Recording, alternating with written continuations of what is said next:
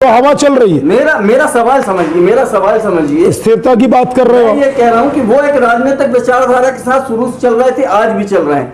अजीत सिंह की राजनीतिक जो प्रतिबद्धता थी वो हमेशा वो परिषद के साथियों के साथ। उसके बाद जब आप कांग्रेस से निकल गए, गोणवाना लखनऊ और हंसौर विधानसभा क्षेत्र में एक सामाजिक संस्था है क्रांति एकता परिषद। पिछले कई सालों से सामाजिक, धार्मिक और राजनीतिक गतिविधियों में इस संस्था ने बड़े बड़े झंडे गाड़े हैं। हम आपको बता दें कि गोणवाना गणतंत्र पार्टी का मध्य प्रदेश में जब पहला विधायक जीता था तो वह मध्य प्रदेश की विलोपित घनसौर विधानसभा क्षेत्र से जीता था, जिसमें क्रांति एकता परिषद का बहुत बड़ा रोल था। आज हमारे साथ क्रांति एकता परिषद के सुप्रीमो ठाकुर अजीत सिंह है। उनसे हम समझते हैं कि कैसा है लखनऊ घनसौर विधानसभा क्षेत्र का मिजाज। ठाकुर साहब, चुनाव चल रहे हैं विधानसभा के, और लगभग चुनाव नहीं चल रहे हैं, चुनाव चरम पहुंच गए हैं, फिर अजीत सिंह की आवाज कहां गायब है? चुनाव चल रहे हैं, अजीत सिंह की आवाज गायब है। थोड़ा सा आपको करेक्शन करने की आवश्यकता है। हम लोग जिस दौर से चुनाव के गुजर रहे हैं, यहाँ रोज चुनाव होता है, प्रतिदिन चुनाव होता है। गांव नुक्कड़ में हर जगह पे मन, हर स्टेप पर व्यक्ति बनाता, 5 साल रेगुलर बनाता है। लोगों ने चुनाव में मन बना चुके हैं। बंडल ऑफ वोट्स कांग्रेस और बीजेपी में और गोंडवाना में कलेक्ट हो चुकी है। हमारी आवाज़ की जहाँ तक बात है तो हम लोग पहले कांग्रेस के साथ हमारे काफ़ी लोग समाहित हैं। हमारा विचार गोंडवाना से मेल खाता है। बीच के कुछ चीज़ों को छोड़ दिया जाए और सीधे चुनाव में आ जाए तो हम लोग गोंडवाना के साथ पैचअप है। और जब हम लोग गोंडवाना के साथ पैचअप हैं तो गोंडवाना का तंत्र एक एक गांव घर में है। और हमारा परिषद का जो एजुकेटेड स्पोर्टिव मेंबर्स हैं तो उनके सामने अब कोई रैली लेके भाषण दे के बात करने की आवश्यकता नहीं है। आपके लखनऊ में स्वयं आप लोग सब हमसे स्पोर्टिव हर जगह जुड़े हुए हो। आपके सामने भाषण देने की ज़रूरत नहीं है। अगर पता चल गया है कि शक्ति सिंह का समर्थन कहाँ है तो हमारे खासतौर पे घनसौर के 250 गाँव में हमारा 80% साथी मूव हो जाता है, 10% हमसे बात करता है। गोंडवाना गणतंत्र पार्टी का आप सपोर्ट कर रहे हैं, जैसा कि आप कह रहे हैं। पिछले अगर परफॉर्मेंस देखा जाए तो लगभग 40,000 गोंडवाना परफॉर्म कर चुकी है। हाँ ठीक है, 40,000 वोट बैंक उनके खाते में जा चुका है। और अगर गोंडवाना के बागियों को भी मिला लिया जाए तो लगभग 40 से 45, 55, 50 के करीब रहा। इस चुनाव में आसन्न जो चुनाव हो रहे हैं, गोंडवाना से घनसौर क्षेत्र का प्रत्याशी है जिसका आप समर्थन कर रहे हैं, क्या संभावना देखते हैं कि कितना गेन कर पाएगी गोंडवाना और कितने वोटों ले पाएगी? देखिए नीलेश जी, मैं बहुत स्पष्ट आपको बता रहा हूँ, 94 से मैंने गोंडवाना के आसपास राजनीति की है। सरपंच बन के जनपद में जाके जिला पंचायत में रह के घनसौर इलाके का एक एक गांव, एक एक खूंट किनारे का मेरे पास एकदम एक्यूरेट बुरा भाग है। मैं ऐसा मानता हूं, आपने 42,000 वोट पिछली बार बोली तो इंदर सिंह उइके वो एक ऐसे कैंडिडेट थे जिनका कोई नेटवर्क नहीं था। पिछली बार गोंडवाना अपनी धर्म और संस्कृति की दम पे लड़ रही थी, राजनीतिक खत्म थी, उसके बाद 42,000 वोट ली थी। अभी गोंडवाना का जिला पंचायत जीते हैं दोनों, जनपद का अध्यक्ष है घनसौर का, धनौरा का भी, लखनऊ का भी। लखनऊ की भी जिला पंचायत जीती है। गौड़ी बस्तियों में गोंडवाना के तंत्र में अभी पंचायत चुनाव का उत्सव थमा नहीं है। किसी की कोई मदद ना हो, गोंडवाना का कोई प्रचार ना हो, 42,000 से गोंडवाना को मैं 50,000 में 8,000 प्लस में महसूस करता हूं। संतर बलारी जी पे बात करता हूं, वो एक निपुण राजनीतिज्ञ है, अच्छा वक्ता है, बढ़िया समीकरण है और कार्यकर्ताओं को मैनेज करने की उसके अंदर बहुत क्षमता है। संतर बलारी पहली बार गोंडवाना का राम गुलाम से ज्यादा आगे चल के काम करने वाला बहुत बेहतरीन प्रत्याशी मैदान में उतर के आया, तो उसकी पर्सनल वोट भी मैं 10,000 मान के चलता हूं। इस हिसाब से 60,000 वोट में गोंडवाना आज की तारीख में है जिसको कांग्रेस भाजपा छू नहीं सकती। ये वोट बढ़ेगी, घटेगी नहीं। अब मैं बात करता हूं क्रांति एकता परिषद की, बहुजन समाज पार्टी की। तो ये जो टीमें हैं, ये टीम ने अगर 10 से 15,000 वोट भी प्लस कर दी तो 100% गोंडवाना का विधायक फिर से लखनऊ में बनेगा। हमारी लड़ाई में कांग्रेस खत्म हो चुकी है भारतीय जनता पार्टी की लाडली बहन थोड़ा हमें परेशान कर रही है। भावनाओं में जो शिवराज जी ने वो 1200 रुपए में गरीबी को बांध लिया है, और उसी गरीबी हमारी गोंडवाना गणतंत्र पार्टी की उलझन का। लखनऊ विधानसभा की अगर बात करें, लाडली लक्ष्मी योजना की आपने बात की, लाडली बहना योजना की आपने बात करी, लगभग 65,000 हितग्राही हैं जो लाडली बहना योजना से लाभान्वित हो रहे हैं। क्या समझते हैं आप कि लखनऊ विधानसभा में भारतीय जनता पार्टी के पक्ष में इस योजना के एवज में अगर देखा जाए तो कितना वोट परिवर्तित होगा? 10,000 वोट तो 100% जाएगी। एक गांव से 6, 8, 10 महिलाएं ऐसी हैं। आप अगर देखो, मैं कुछ शब्दों का ऐसा उपयोग करूंगा, अदरवाइज मत लीजिएगा। मैं ऐसे परिवार में जन्मा हूं जहां मुझे ऐसी सम्मान प्राप्त होता है और मौका मिलता है ऐसे दुखियारियों के आंसू पहुंचने के, तकलीफ पहुंचने के। तो कई बार क्या होता है, हम बैठे रहते हैं अपनी घनसौर बखरी में। हमारे गांव तो 4-5 गांव की भाई बहनियां आती हैं गट्ठा लेके बनी मजदूरी करने, और जब कई बार मेरे पास आते हैं, और अजीत भैया 150 रुपये दैयो, 200 रुपये दैयो, तो मैं उस चीज से बचपन से देख रहा हूं। हमसे 200, 250 वो महिलाओं की बाजार के दिन 60, 70, 200 रुपए से ज्यादा की उनकी कोई जरूरत नहीं होती। उनके घर वाले नशेखोर हैं, दारूखोर हैं, गंजेड़ी हैं, इनके गट्ठों के पैसों से छीन लेते हैं। तो ऐसी दर्द भरी महिलाओं के लिए ये 1200 रुपये वरदान है। अब मेरे पास जब से 1200 रुपये आने लगे हैं तो वो 150, 200 मांगने नहीं आती। तो मैं इस चीज को महसूस कर रहा हूं। ऐसी महिलाएं हैं हर गांव में 10-10, 15-15। ये ना पति की मान रही, ना कोई नेता की मान रही, इनमें तो बिल्कुल मोहित हो गई हैं बस। लेकिन 10 से 12 पूरा स्विंग नहीं होगा।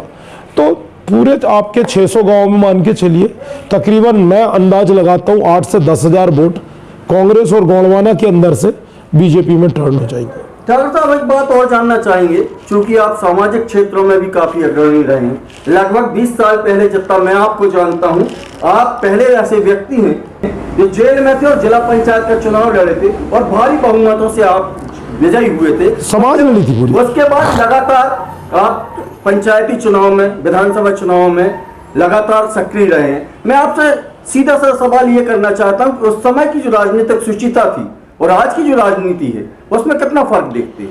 देखिए, उस समय की जो स्थिति थी, हमारा पूरा यूथ, हमारा परिवार पूरा संगठित था।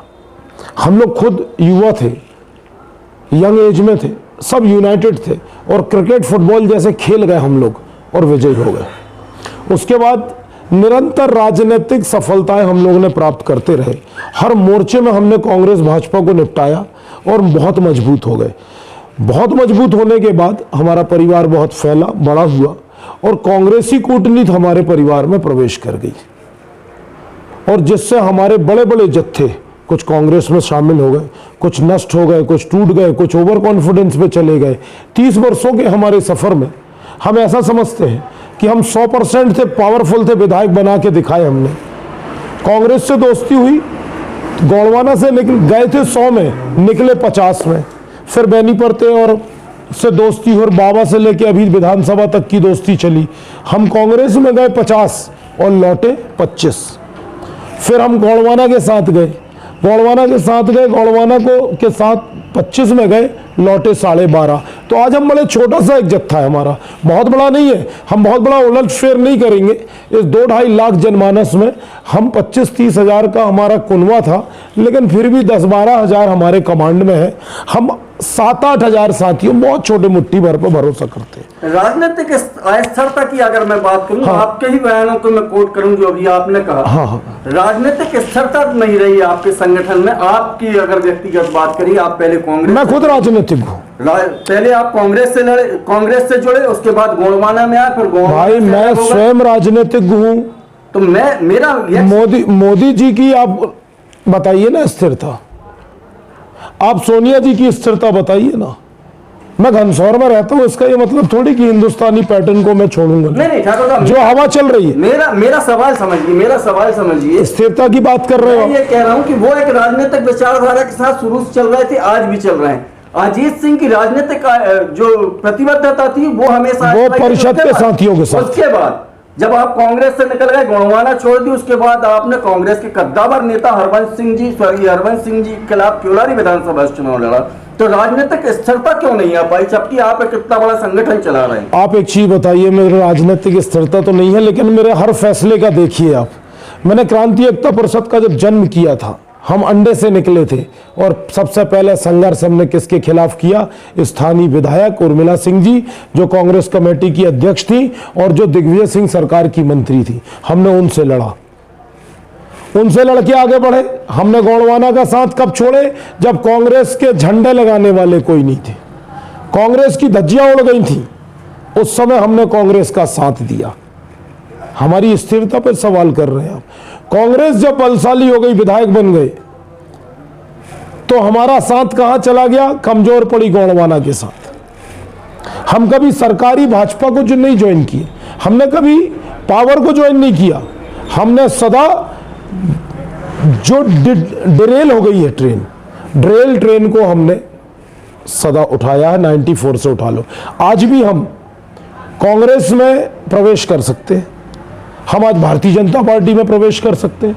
हम पढ़े लिखे हैं, राजनीतिक परिवार के, राजनीति कर रहे हैं, हमें मालूम है सरकार बन रही है, जिसकी भी बन रही है, कौन जीत रहा है, लेकिन हम गोंडवाना के साथ खड़े हैं। इसका क्या मतलब है? क्या है? यह अस्थिरता है कि क्षेत्र हित है?